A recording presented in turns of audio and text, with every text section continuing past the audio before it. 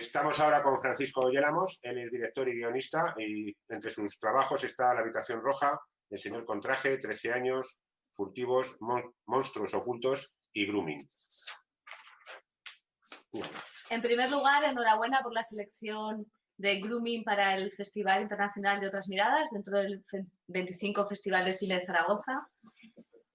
¿Cómo surge la idea de hacer el corto sobre el acoso en redes? Bueno, lo primero, dar las gracias al festival por la selección.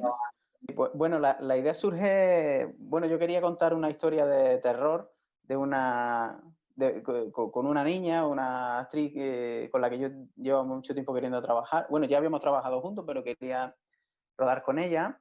Y la idea era hacer un cortometraje de terror sobre una niña que se comunica a través de papelitos por debajo de una puerta y con alguien que no sabía quién era.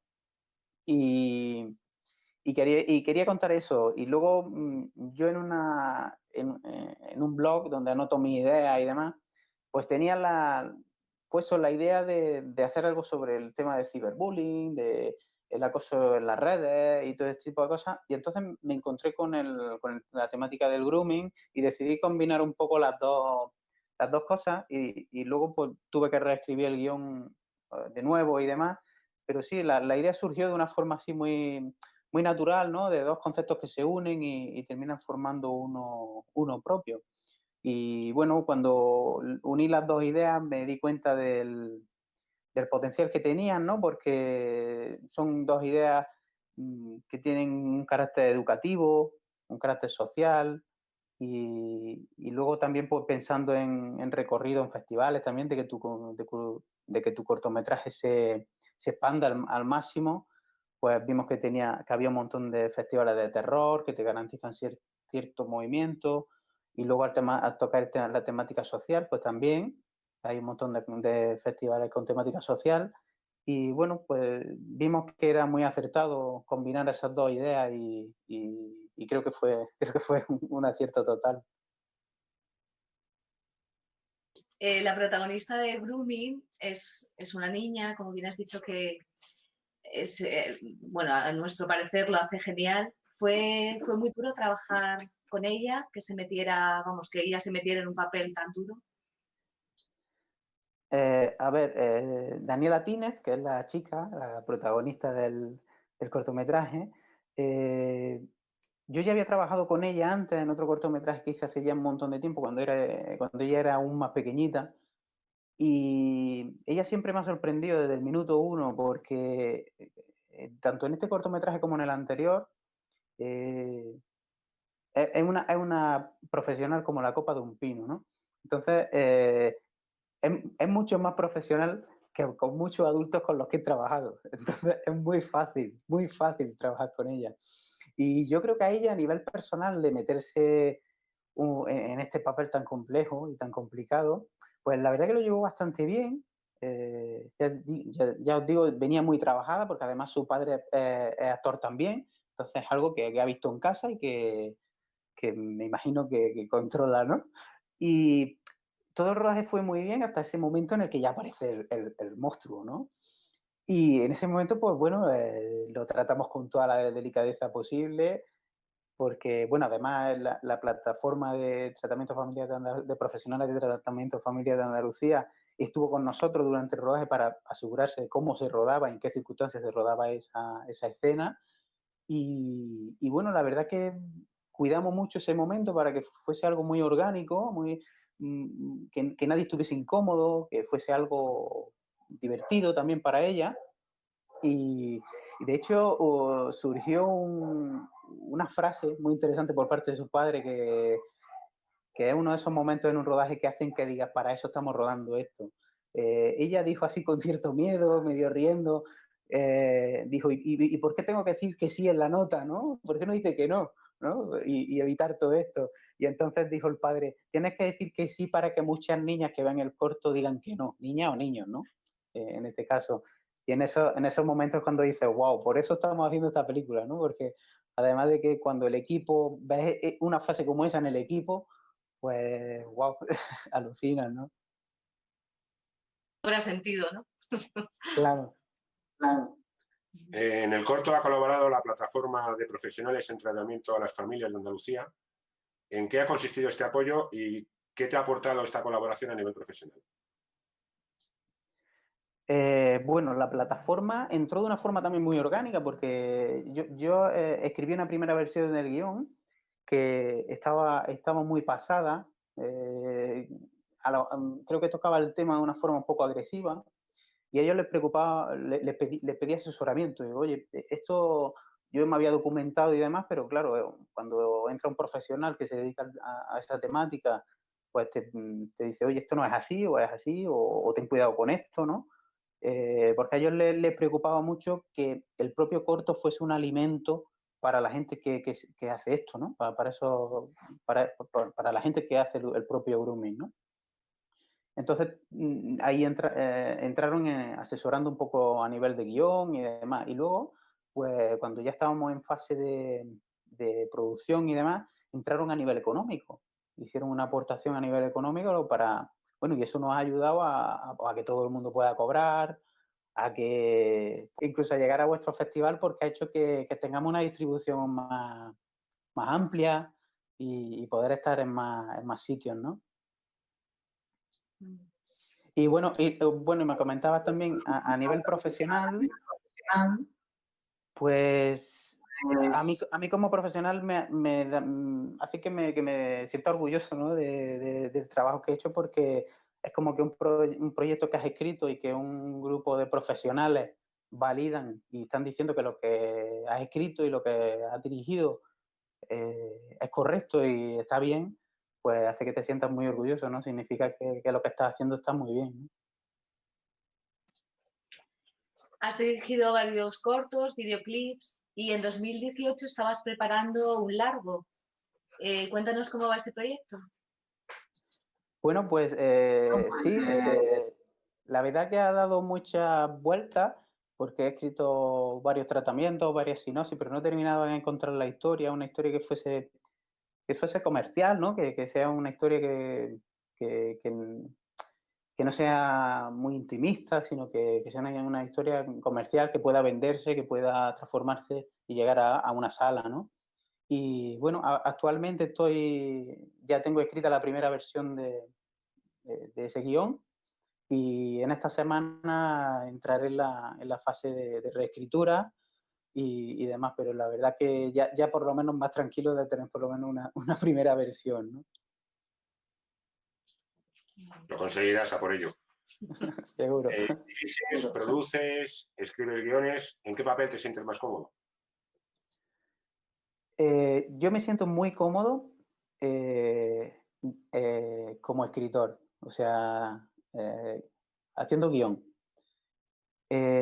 También muy cómodo dirigiendo, aunque lo sufro mucho. Cuando dirijo lo sufro mucho porque es un proceso que me desgasta, ¿no? Aunque luego, cuando ya ha pasado el rodaje, pues eso te quedas con la experiencia tan alucinante que ha sido, ¿no? Pero sobre todo dirigir y escribir. Es donde me siento más cómodo. A nivel de producción, sí, he producido bastante, pero siempre me gusta que produzca otra persona para quitarme yo un poco el jaleo, ¿no? O sea, yo necesitaría un productor, pero muchas veces las circunstancias no son las adecuadas para poder tener un productor detrás de que pueda, claro, exactamente. Muy bien, esta pregunta ya la has respondido, pero bueno, igual lo puedes ampliar un poco. Y es el tema de que tienes cierta inclinación, creemos, hacia el cine de suspense o de terror. Y por otra parte, también quieres contar historias que eduquen a la gente. Entonces, en Grooming haces una mezcla de esas dos inclinaciones tuyas, o de esas dos pasiones tuyas. Sí. Si queréis, os remonto un poquito a anterior. Yo hace 2 años, creo que fue, 2 o 3 años ya, realicé un corto que era de terror también, o sea, de suspense, ¿no? Era un suspense. Y empecé a moverlo por festivales y fue un fracaso total. O sea, no tuvo ni una selección, fue un fracaso, además de que económicamente fue caro de hacer y demás.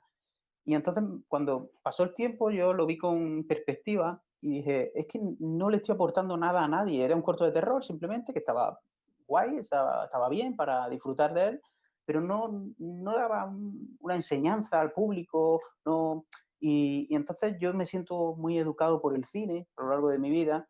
Entonces, a partir de ese momento, como que me hice una promesa, ¿no? De en cada corto que haga, intentar enseñar algo a alguien, ¿no? Educar de alguna forma o algo, ¿no? Y, y sí, pues sí que tengo cierta inclinación hacia el suspense. El terror, no tanto, aunque sí que he dirigido bastante terror, pero porque el terror considero que se mueve muy bien en formato corto. Aunque a mí lo que es en cine de largo me gusta más el suspense, el thriller y este tipo de temáticas, ¿no?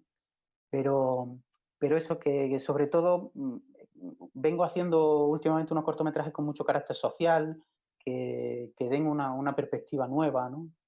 Y este tipo de cosas, ¿no? Los festivales de cine son casi la única plataforma en la que los cortometrajes se proyectan. ¿Qué opinas de sobre esta apuesta por el corto de algunos festivales como el nuestro? Claro, pues los festivales, de hecho he dirigido algún festival y sé exactamente lo que es.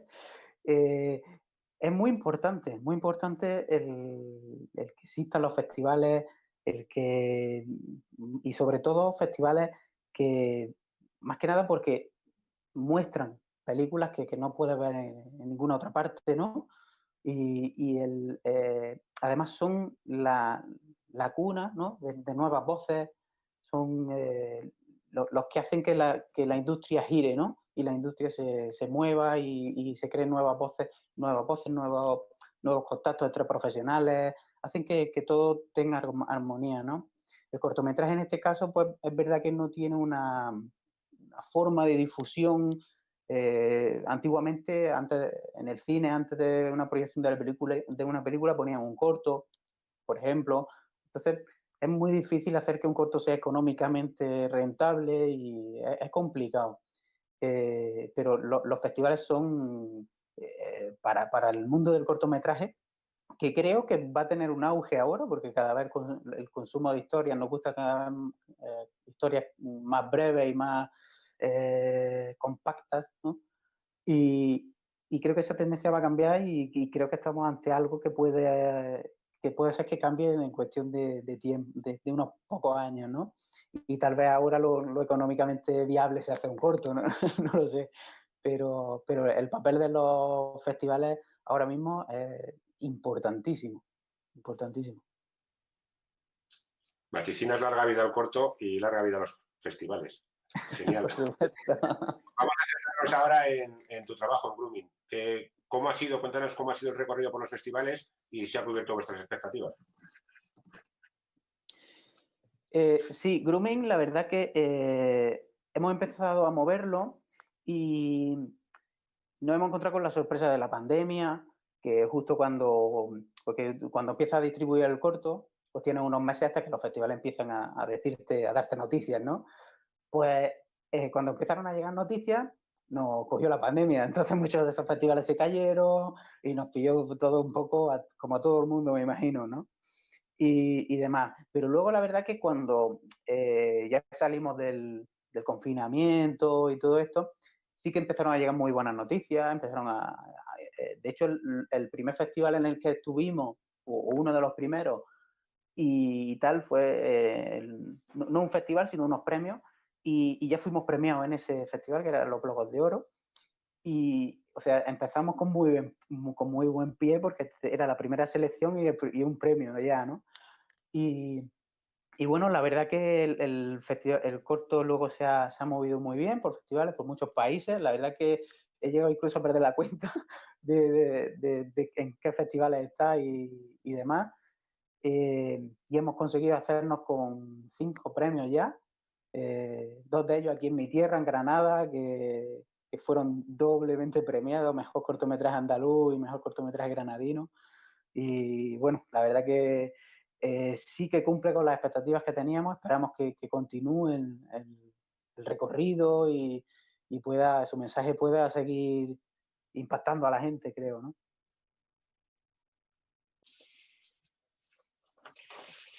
Sí, enhorabuena por tanto.